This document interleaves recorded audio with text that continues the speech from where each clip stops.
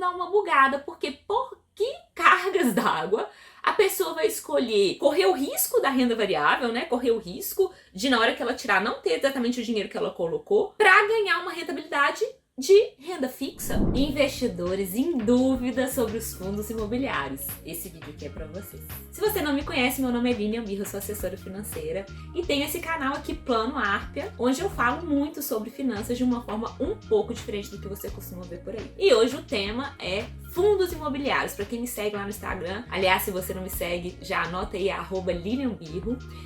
Já viu que eu sou meio pé atrás com os fundos imobiliários e hoje eu vou explicar para vocês o porquê, ou seja, o que eu vejo que ninguém te conta sobre fundos imobiliários, tá? Para começar, eu vou falar um pouquinho para vocês então o que é os fundos imobiliários, como que eles funcionam, para que a gente possa começar a nossa conversa, tá? Os fundos imobiliários são fundos de investimento. Então, normalmente, como que funcionam os fundos de investimento? A gente tem uma gestora, né, que ela vai criar esse fundo, onde as pessoas podem decidir investir naquele fundo, colocar dinheiro naquele fundo, para essa gestora poder, então, gerenciar esse dinheiro e investir esse dinheiro em outros lugares. No caso dos fundos imobiliários, são fundos que têm objetivos específicos de investimento no mercado imobiliário, tá? Esses fundos são um pouco diferentes dos fundos que a gente encontra, assim, de varejo, né? Os fundos que a gente encontra no nosso banco ou que a gente encontra lá na página principal da nossa corretora. Porque são fundos que eles são negociados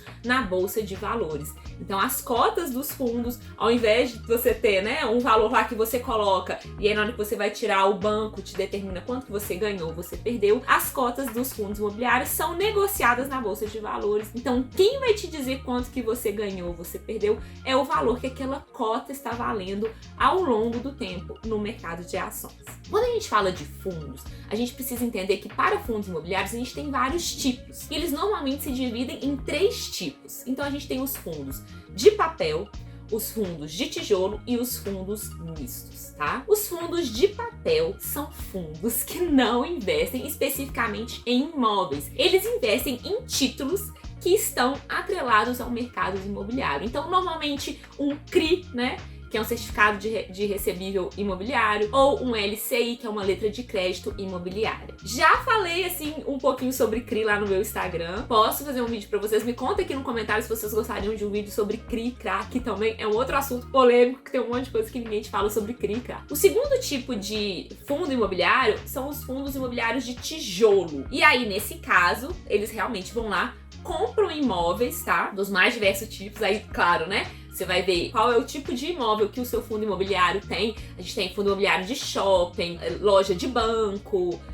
da parte logística, né? Então, galpões, esse tipo de coisa. Enfim, a gente tem vários tipos de fundos imobiliários de tijolo. Mas nesse caso, realmente, a gestora, ela vai lá, pega o dinheiro dos cotistas e compra imóveis reais, tá? E por fim, a gente tem os fundos mistos, que são fundos nos quais a gente tem papéis, né? Esses títulos, então, de dívida, e a gente tem também imóveis, tudo isso junto num fundo só. Porque as pessoas normalmente falam que você deveria investir no fundo imobiliário, né? No fundo de investimento imobiliário. As principais justificativas para você investir no fundo de investimento imobiliário, é uma questão de diversificação com o mercado de ações, né? Então, assim, você tem um dinheiro no mercado de ações, em ações de empresas, e é uma forma de você se diversificar e de se expor ao mercado de imóveis, né? E aí eles fazem várias comparações sobre os imóveis versus os fundos imobiliários, demonstrando que os fundos imobiliários têm muito menos custo de transação. O que quer dizer com isso? Você não tem que comprar e vender imóvel, você não tem que pagar corretor, você não tem que pagar cartório, você não tem que pagar né, imposto de transferência de imobiliária. Então tem muitas coisas que ficam assim otimizadas quando a gente vai tratar dos fundos imobiliários, tá? E eles consideram também que é muito bom porque você consegue ter uma diversificação.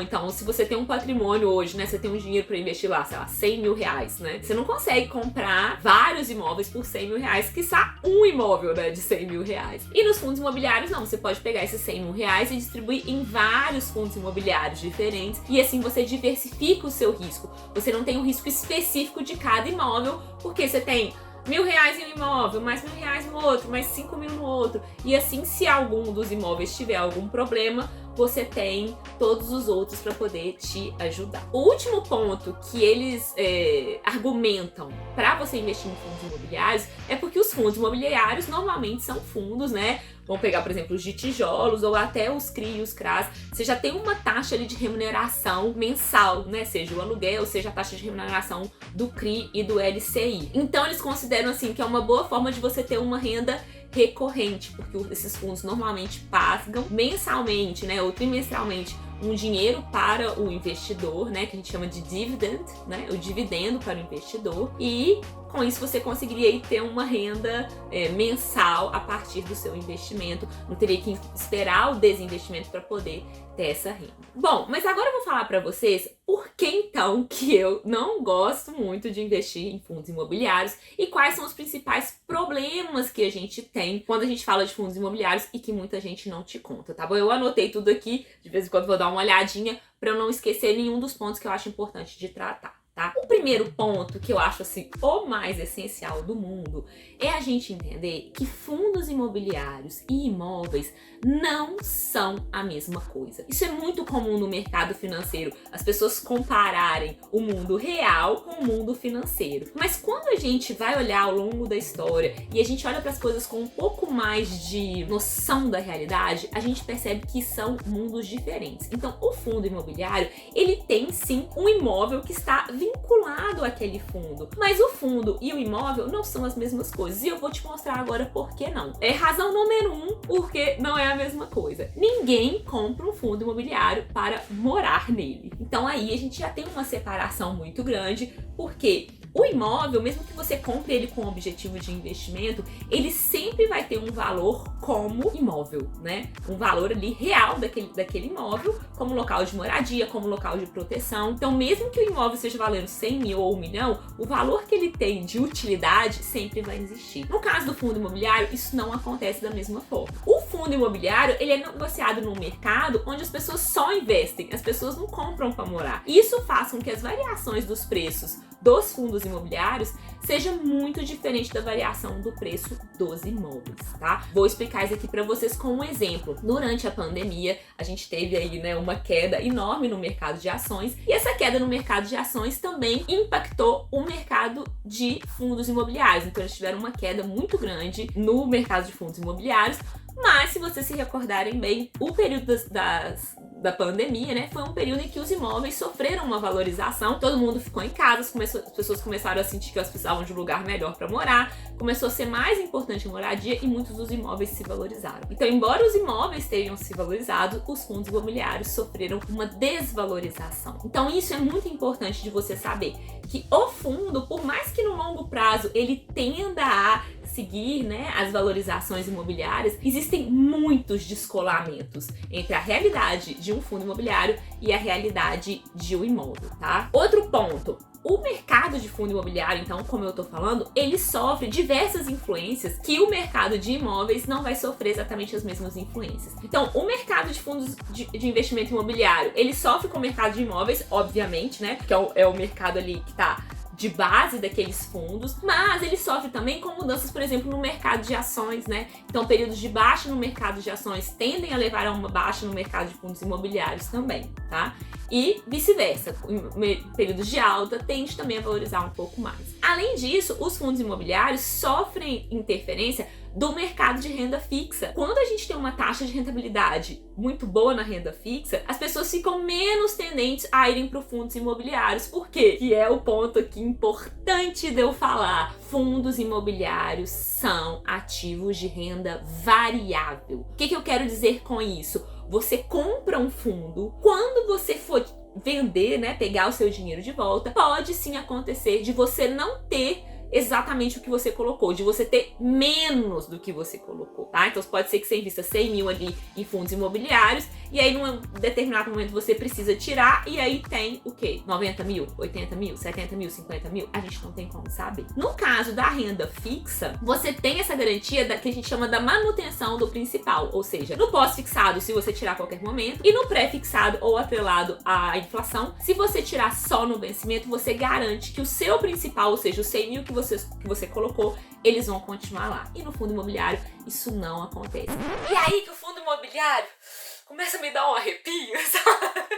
Olha só, gente, então a gente já sabe que fundo imobiliário é renda variável. E aí a pessoa pega e investe no fundo imobiliário, que é renda variável, de papel, ou seja, um fundo imobiliário que investe em títulos de renda fixa. E aí minha cabeça dá uma bugada, porque por que cargas d'água a pessoa vai escolher correr o risco da renda variável, né? Correr o risco de, na hora que ela tirar, não ter exatamente o dinheiro que ela colocou, pra ganhar uma rentabilidade de renda fixa. Sabe assim? Então, pra mim, assim, fundo imobiliário de papel faz zero sentido. É um nível de risco enorme para um nível de retorno que eu particularmente considero muito baixo, que não vale a pena. E aí a gente entra então nesse ponto que é o seguinte: a assimetria de risco do fundo imobiliário, particularmente, eu não vejo ela como sendo algo tão positivo. O que significa essa história de assimetria de risco, tá? Tem uma noção de risco e retorno que todo mundo tem, que é o seguinte: quanto eu aumento o risco, eu vou exigir um retorno maior, tá? Então, se eu quero ter um retorno maior,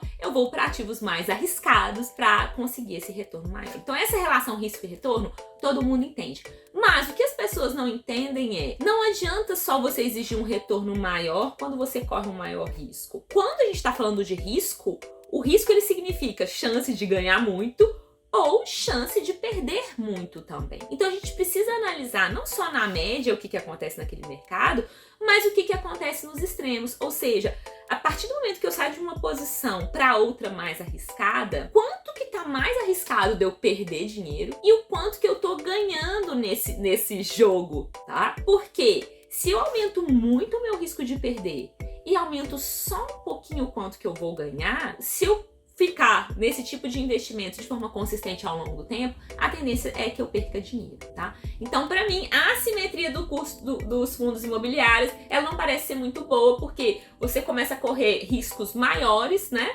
Riscos de queda, de perda do principal, né? Mas ao mesmo tempo as pessoas ficam assim, comparam fundos imobiliários com renda fixa para falar que o fundo tá bom. Mas o fundo imobiliário, ele não tem que ser equiparado com a renda fixa, porque a renda fixa tem um nível de segurança que o fundo imobiliário não tem, né?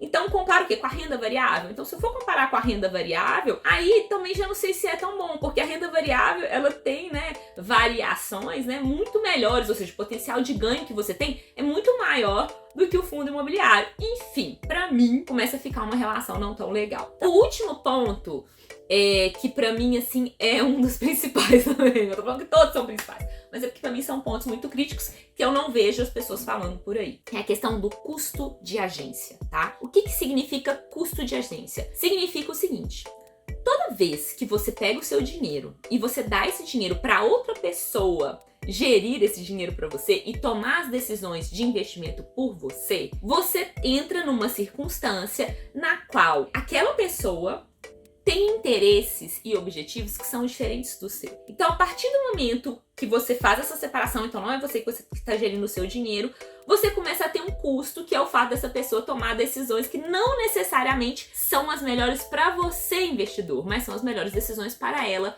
como gestor, tá? É claro que existem várias formas da gente otimizar isso, né? Tentar diminuir esse custo de agência ao longo do tempo. Governança corporativa é um assunto que tá aí, né? Surgiu na minha época, quando eu tava na faculdade. É um assunto que tá aí pra isso, pra gente tentar diminuir esses custos, mas o fato que todo mundo já sabe é que esses custos existem e eles nunca vão deixar de existir. E aí, como que esses custos se expressam? Vou trazer duas coisas. A primeira coisa é taxas de administração. Então, você tem que estar pagando alguém ali para poder gerir o seu dinheiro. E aí, qual que é o valor dessa taxa de administração? É algo que a gente tem que estar muito atento, tá?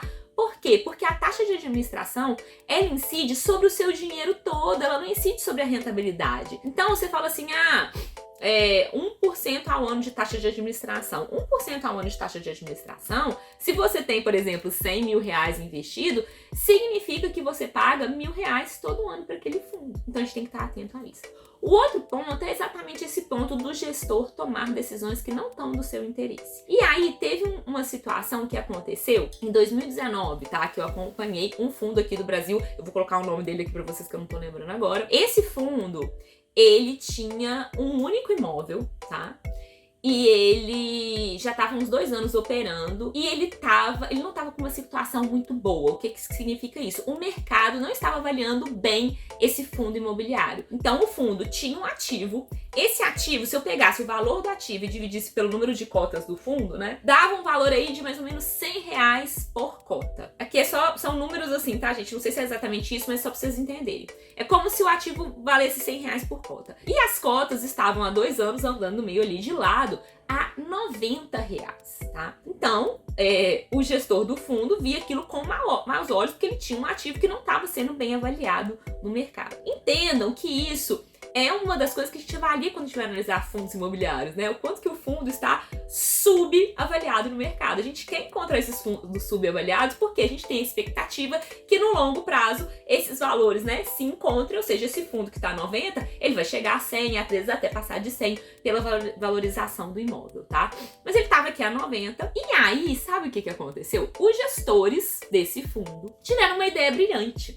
A ideia brilhante deles foi: que tal nós pegarmos esse ativo, então, que, né, não está sendo bem avaliado dentro desse fundo, e a gente vende esse ativo para um outro fundo nosso pelo valor de R$90 cada pedacinho dele, porque afinal de contas é isso que o mercado está precificando, né? Então, de novo, entende que eu falei assim, que o mercado dos fundos é descolado do mercado do ativo. O ativo valia R$100, a cota valia R$90.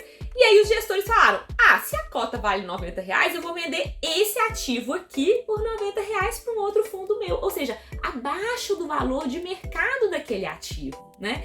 É lógico que com essa atitude ele estava beneficiando o outro fundo dele, que ia comprar um ativo abaixo do preço de mercado e ia poder, então, ganhar essa valorização que esses investidores do fundo de cá estavam querendo no futuro. E aí, claro, né, tiveram que levar isso em assembleia, foi uma bafafá, e aí acabou que a operação não rolou, né? Mas é esse tipo de risco que a gente corre quando a gente fala de custo de agência, tá? Então, por isso que, particularmente, eu não vejo com bons olhos, dentro da estratégia que eu uso hoje de investimentos, né, ter um percentual significativo da minha carteira em fundos imobiliários, tá? Mas eu sei que essa minha opinião não é a opinião mais comum, então me conta aqui nos comentários, né, o que você pensa de fundos imobiliários, quais são os benefícios que você vê e as experiências que você já teve, tá, gente? Lembrando que não é porque algo ainda não aconteceu no passado que não vai acontecer no futuro. Então não é porque você teve resultados bons com fundos imobiliários nos últimos tempos que isso vai continuar acontecendo daqui pra frente, tá? Deixa um like no vídeo se você gostou, compartilha com aquele seu amigo que gosta de fundos imobiliários ou que não sabe se gosta, tá querendo começar a investir, pra gente poder continuar essa discussão aqui nos comentários. Um beijo pra vocês, até mais!